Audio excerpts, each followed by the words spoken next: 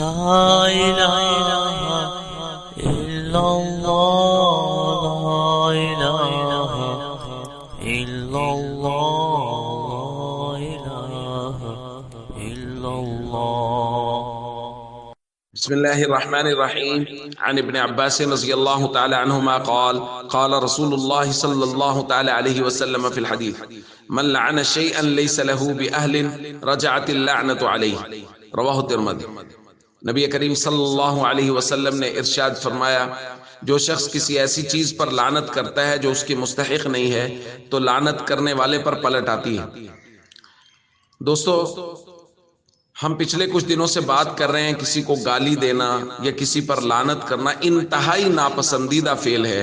جانوروں پر لعنت کرنا، کسی اور چیز پر لعنت کرنا، ہوا وغیرہ یا ایسی چیزوں پر لعنت کرنا جو معمور من اللہ ہے، یہ شریعت کی نظر میں انتہائی ناپسندیدہ. اور انسانوں پر لعنت کرنا یہ تو اور زیادہ ناپسندیدہ ہے. اور ہمارے ہاں تو بدبختی کی انتہا ہے، اب برملا لوگ صحابہ کرام پر خدا نخواستہ خاکم بدہن وہ لوگ لعنتیں کر رہے ہیں اور مجموع میں لعنتیں کر رہے ہیں.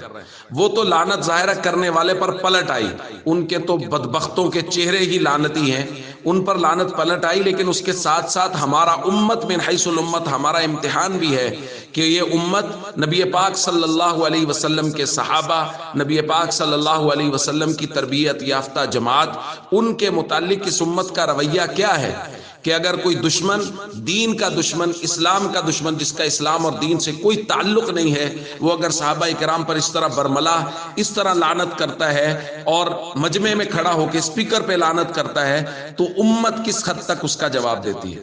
تو امت جمع ہو رہی ہے، علماء جمع ہو رہے ہیں، لاہ عمل تیار کر رہے ہیں. یہ ایک بہت خوبصورت اور خوشائند بات ہے کہ علماء ان گروہوں کے خلاف جمع ہو رہے ہیں جو صحابہ کرام پر عدم اعتماد کرنے کی اور خدا نخواستہ صحابہ کرام پر نازیبہ جملے کسنے کی کوشش کرتے ہیں. علماء ان کے خلاف متحد ہو رہے ہیں.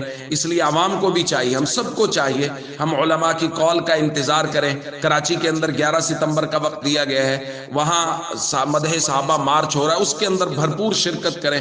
جہاں جہاں بھی قول دی جائے وہاں وہاں پہنچیں تاکہ یہ لوگ جو صحابہ کرام کے متعلق اس طرح کا رویہ رکھتے ہیں اور یقیناً ان کا یہ عقیدہ ہے جس کا یہ برملا اظہار کریں گے، جو گند ہے ان کے اندر سے نکل رہا ہے، ان لوگوں کا کے خلاف سیسا پلائی ہوئی دیوار بننا چاہیے، ان لوگوں کا راستہ روکنا چاہیے. اور اب وہ وقت آ گیا ہے کہ صحابہ کرام کی عزت اور ناموس کے لیے سر دھڑ کی بازی لگا دینی چاہیے.